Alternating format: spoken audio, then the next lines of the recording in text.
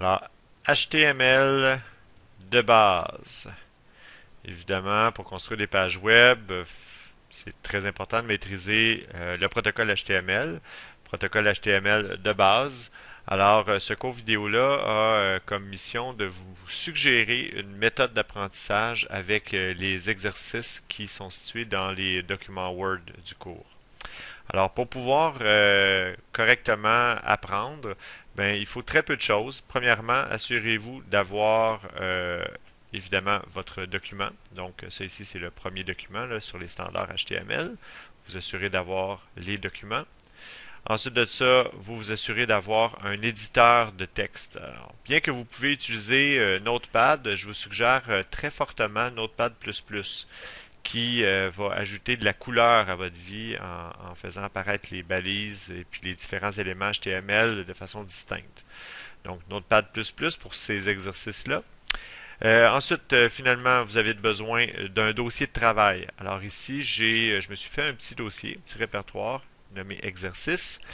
Et dans ce dossier-là, j'ai placé quelques images. Alors, vous pouvez aller chercher ces images-là et ce vidéo-là, qui est un petit vidéo flash, dans Moodle.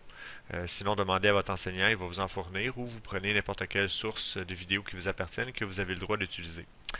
Dans ce dossier-là, on va aussi placer un fichier HTML pour pouvoir pratiquer. Donc, vous avez tout simplement à créer un nouveau fichier avec l'extension HTML. Et finalement, ben, vous allez avoir besoin d'un furteur qui va pointer sur le fichier HTML. Alors, de façon très simple, c'est comme ça qu'on va fonctionner. Alors, disons qu'on prend par exemple, tout simplement, là, évidemment, on fait la lecture de tout et vient qu'à un moment donné, pendant la lecture, il y a des exemples de code qu'on peut avoir. Alors, de la manière dont on va procéder, c'est simple, c'est que lorsque vous avez un code que vous voulez essayer, ben, vous n'avez qu'à copier ce code-là. Vous allez évidemment ouvrir votre fichier test avec Notepad++.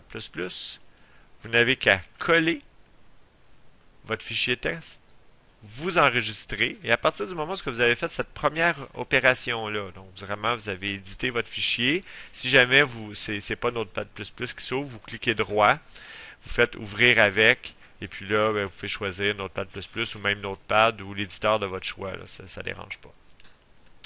Donc, une fois qu'on a fait ça, on va ouvrir tout simplement dans notre furteur et on va voir le résultat de manière instantanée.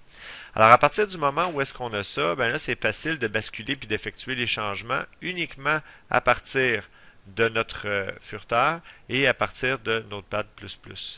Alors, par exemple, si jamais on veut faire le deuxième test, alors on retourne dans notre document Word, on aimerait ça aller chercher le deuxième test du code HTML pour afficher le carré jaune à l'intérieur du carré vert. Bon. On copie notre code, on vient remplacer le code de notre page, comme ça, on enregistre, et avec notre page web, pas avec notre page web, mais avec notre furteur, on a tout simplement qu'à faire F5 pour rafraîchir, et on voit le nouveau code opérer. Alors, c'est très simple de faire un lien entre ce que j'écris, allô, tous, et lorsque j'enregistre, de voir le résultat en appuyant sur la touche F5. Alors, c'est de cette méthode-là qui est suggérée pour vous permettre de voir le lien entre le code HTML et directement son effet dans une page web.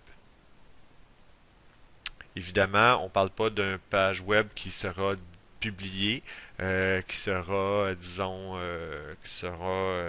disponible sur Internet. On parle uniquement de l'apprentissage de base du code HTML.